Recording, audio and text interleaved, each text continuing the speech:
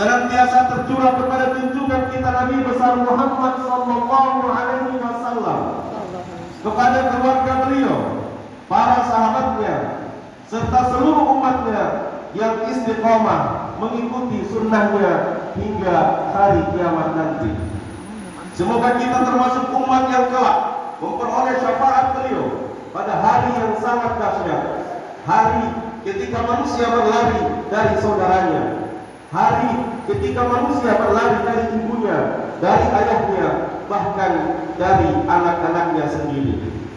Jamaah Idul Fitri yang dimuliakan Allah, sejak kemarin sore langit dan bumi dipenuhi dengan gema takbir.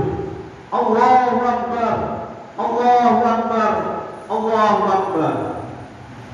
Takbir yang menggetarkan hati orang-orang yang beriman. Takbir yang mengingatkan kita bahwa Ramadan telah berpamitan. Bulan yang penuh rahmat itu telah berlalu. Bulan yang penuh ampunan itu telah pergi. Bulan yang membebaskan manusia dari api neraka itu kini telah meninggalkan kita. Dan pagi ini kita berdiri di hadapan sebuah pertanyaan besar. Apakah Ramadan kita telah diterima oleh Allah, atau justru sebaliknya Allah menolak semua amalan-amalan Ramadan kita? Selama sebulan penuh kita ditempa oleh ibadah. Di siang hari kita menahan lapar dan dahaga. Di malam hari kita berdiri dalam sholat tarawih. Lidah kita basah dengan tilawah Al-Quran. Hati kita berusaha menundukkan hawa nafsu. Sehingga para ulama berkata, bukanlah Idul Fitri bagi orang yang mengenakan pakaian baru, tetapi Idul Fitri adalah bagi orang yang dosa-dosanya diampuni oleh Allah Subhanahu wa taala. Allahu Akbar, Allahu Akbar, Allahu Akbar, walillahil hamd. Jamaah yang dimuliakan Allah, hari kemenangan bukan hanya tentang pakaian baru dan hidangan di atas meja.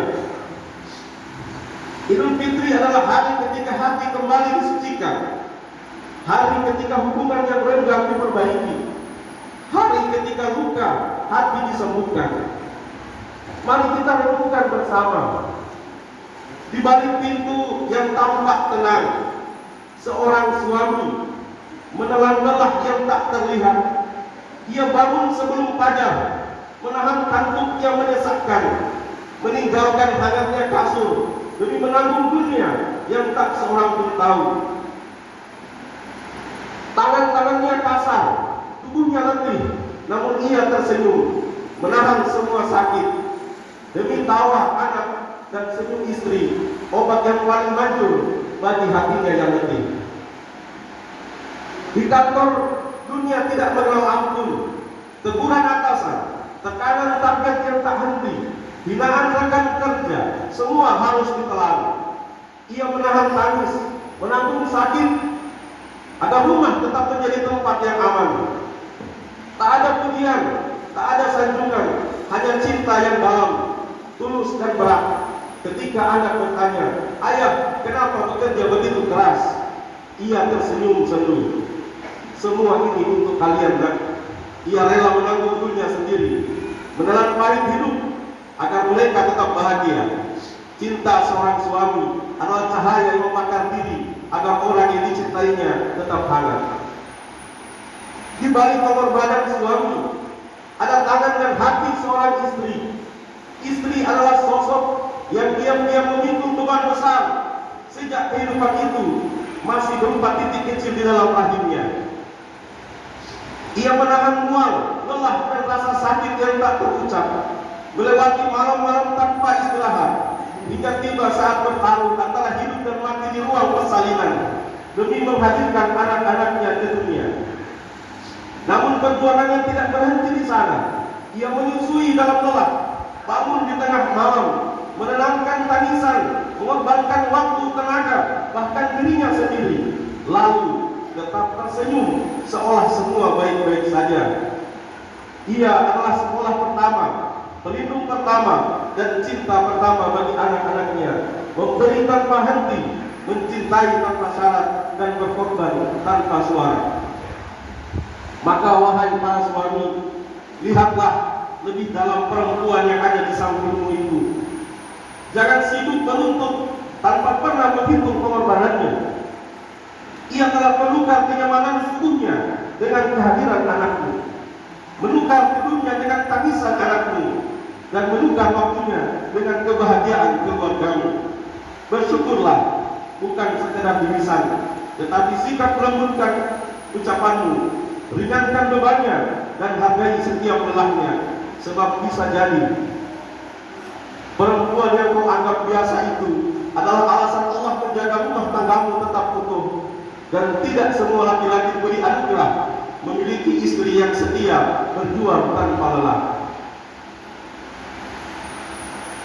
Di dalam rumah tangga, hari ini adalah saat terbaik bagi suami dan istri untuk saling memaafkan. Tidak ada rumah tangga yang selalu sempurna. Ada kata-kata yang pernah melukai, ada sikap yang pernah menyakiti.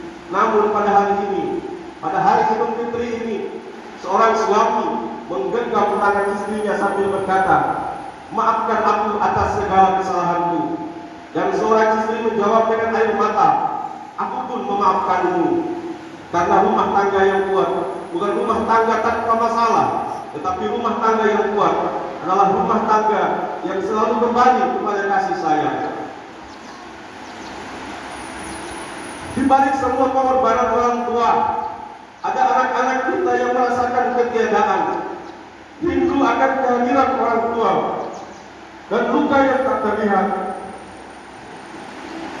Ada anak yang setiap pagi bangun dengan hati yang kosong, bukan karena perutnya lapar, tapi karena ayah dan ibunya tiada di sisinya.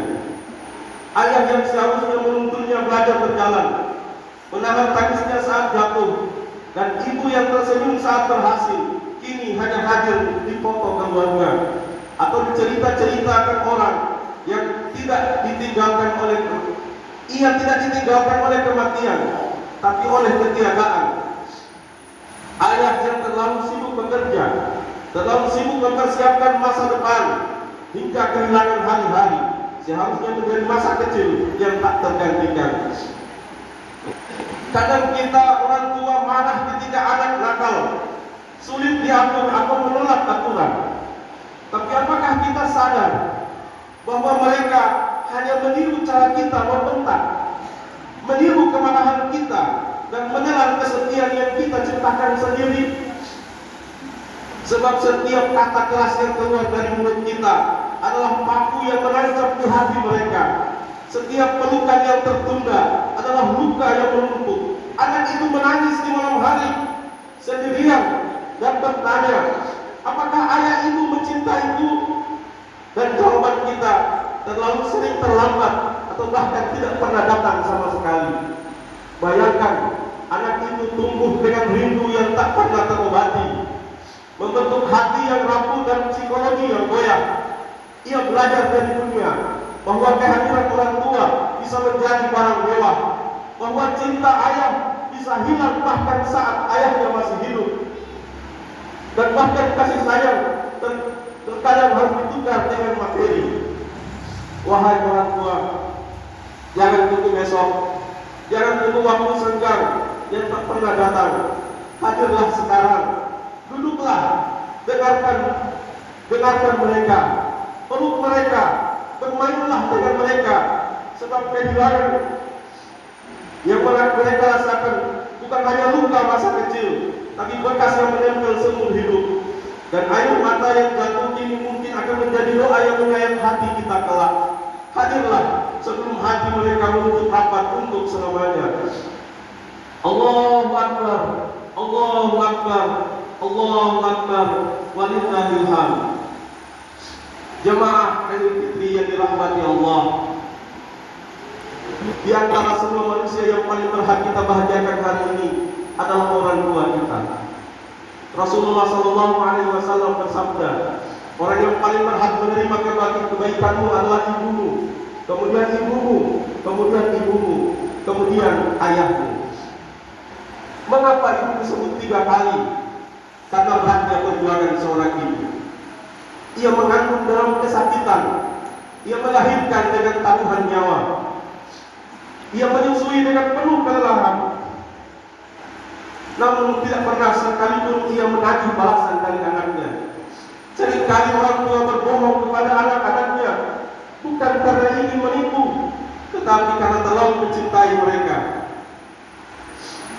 Ketika makanan hanya tersisa sedikit, mereka berkata, "Makanlah nak, ayah dan ibu masih kenyang." Padahal mungkin mereka belum makan sejak pagi. Ketika kita sakit di malam hari, mereka berkata, "Tidurlah nak, ayah dan ibu belum mengantuk." Padahal mereka mata mereka telah menahan lelah. Dan ketika kita telah dewasa, lalu ingin memberi mereka sesuatu, mereka selalu berkata, "Tidak usah nak, simpan saja untuk keluargamu." Padahal mungkin saat itu mereka sangat membutuhkannya. Begitulah cinta orang tua. Cinta yang sering kita sadar ketika mereka telah tiada. وَوَصَّيْنَا الْإِنسَانَ بِوَالِدَيْهِ حَمَلَتْهُ أُمُّهُ وَهْنًا عَلَى وَهْنٍ وَفِصَالُهُ فِي عَامَيْنِ أَنِ اشْكُرْ لِي وَلِوَالِدَيْكَ إِلَيَّ الْمَصِيرُ. Kami mewasiatkan kepada manusia agar berbuat baik kepada kedua orang tuanya. Ibunya telah mengandungnya dalam keadaan lemah yang bertambah-tambah dan menyapinya dalam 2 tahun. Bersyukurlah kepada aku dan kepada kedua orang tuamu, hanya kepadamulah kamu kembali. Seringkali kita begitu sibuk mengejar dunia. Kita bekerja sejak pagi hingga malam. Kita mengumpulkan harta dan mengejar berbagai pencapaian. Namun tanpa kita sadari, ada 2 orang yang perlahan menua di dalam rumah kita. Mereka adalah ayah dan ibu kita. Jamaah sekalian, mari kita renungkan kisah berikut. Di sebuah rumah sakit, seorang ibu tua lemah di ranjang perawatan. Tubuhnya kurus, napasnya tersengal-sengal. Dokter berkata kepada keluarganya bahwa waktunya mungkin tidak lama lagi. Anak-anaknya berdiri di sekeliling tempat tidur itu. Ada yang telah sukses, ada yang hidup berkecukupan. Namun di hadapan ibu yang terbaring lemah itu, mereka kembali menjadi anak-anak kecil yang dahulu pernah digendongnya. Salah seorang anaknya menggenggam tangan ibunya sambil menangis dan berkata, "Ibu, maafkan kami. Selama ini kami sering menyakiti hatimu." Sang ibu pun tersenyum lemah dengan suara yang hampir tak terdengar. Ia berkata, "Nak, sejak kalian lahir, ibu sudah memaafkan kalian. Bahkan sebelum kalian berbuat salah." Begitulah hati seorang ibu yang memaafkan kita bahkan sebelum kita meminta maaf. Allahu Akbar, Allahu Akbar, Allahu Akbar. Allah Subhanahu wa taala dalam Al-Qur'an berfirman, "Wa qada rabbuka alla ta'budu illa iyyahu wa bil walidayni ihsana.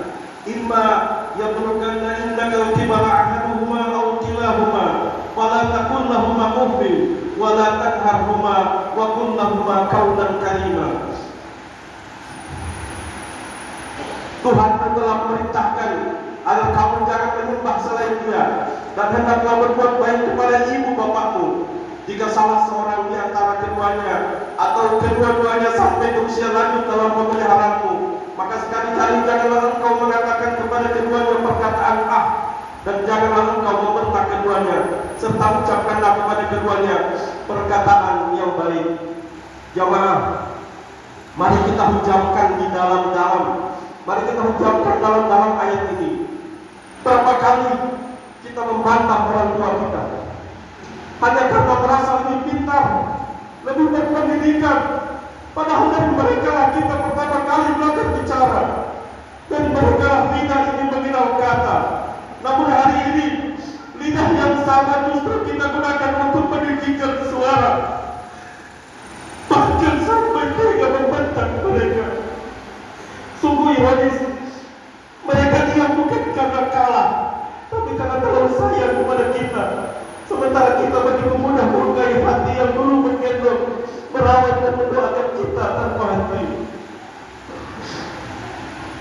Jemaah yang dimuliakan Allah, seringkali kita baru menyadari betapa berharganya orang tua ketika kursi mereka di rumah telah kosong. Seringkali kita menangis di kuburan orang tua kita, bukan karena mereka pergi, tetapi karena kita baru menyadari betapa sedikitnya bakti kita kepada mereka ketika mereka masih hidup. Tidak ada anak yang menyesal karena terlalu sering memenuhi ibunya, tetapi banyak anak yang menyesal karena terlalu lama menunda meminta maaf kepada ibunya. Waktu berjalan begitu cepat. Anak-anak itu tumbuh dewasa. Mereka sibuk dengan pekerjaan, dengan urusan dunia, dengan berbagai kesibukan hidup. Sementara di rumah ada dua manusia yang semakin tua. Rambut yang dulu hitam kini memutih, punggung yang dahulu tegap kini mulai membungkuk. Dan mereka harapkan dari anak-anaknya seringkali bukan harta, bukan pula kemewahan. Mereka hanya rindu mendengar suara anaknya memanggil, "Ibu, ayah." Jangan sampai suatu hari nanti kita berdiri di depan pusara mereka dengan hati penuh penyesalan. Jangan sampai kita berkata dalam tangis, "Seandainya waktu bisa diputar kembali, aku ingin lebih sering pulang. Aku ingin lebih sering memeluk ibu. Aku ingin lebih sering membahagiakan ayah."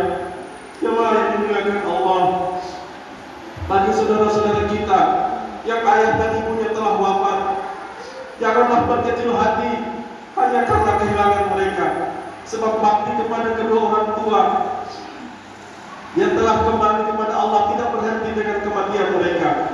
Yang tersisa bagi kita adalah doa yang tulus, amal jariah, dan perilaku kita yang baik kepada anak mereka. Perbanyaklah mendoakan mereka, sedekahkan untuk mereka, bacakan Al-Quran untuk mereka, dan tunjukkan bahwa kita tetap meneladani akhlak mereka. Karena ridha Allah tergantung pada ridha orang tua, dan ridha Allah itu akan mengangkat derajat mereka di sisinya, meski mereka telah tiada. Ingatlah jemaah yang dirahmati Allah, setiap amal baik yang kita lakukan untuk mereka, setiap doa yang kita panjatkan, setiap sedekah yang kita hadirkan atas nama mereka akan menjadi cahaya yang menerangi kuburan mereka, menjadi penolong mereka di alam barzakh, dan menjadi saksi bagi kita di hadapan Allah. Jangan pernah merasa bahwa mereka telah pergi tanpa bekas. Keberadaan kita yang baik, ketaatan kita kepada Allah, dan doa kita yang tulus adalah wujud nyata dari bakti yang tidak akan pernah putus sekalipun jasad mereka telah tiada. Mari kita menengadahkan tangan kepada Allah.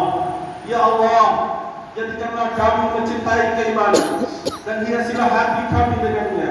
Ya Allah, janganlah Engkau menjadikan Ramadan ini sebagai Ramadan terakhir dalam hidup kami. Namun jika Engkau menjadikan Ramadan ini sebagai Ramadan terakhir bagi kami, maka jadikanlah kami termasuk hamba-hamba yang Engkau ampuni dan Engkau sayangi. Rabbana ighfir lana wa liwalidayna warhamhuma kama rabbauna shighara. Ya Allah, ampunilah kami dan kedua orang tua kami. Sayangilah mereka sebagaimana mereka telah menyayangi kami di waktu kecil. Ya Allah, wafatkanlah kami semua dalam keadaan husnul khatimah, dan pertemukan kami dengan orang tua kami di surga-Mu kelak. Amin. Karena sungguh surga tidak akan indah tanpa ayah dan ibu kami, ya Allah. Amin ya rabbal alamin. Barakallahu li wa lakum fil Qur'anil karim, wa nafa'ni wa iyyakum bima fihi minal ayati wa zikril hakim, wa taqabbal minni wa minkum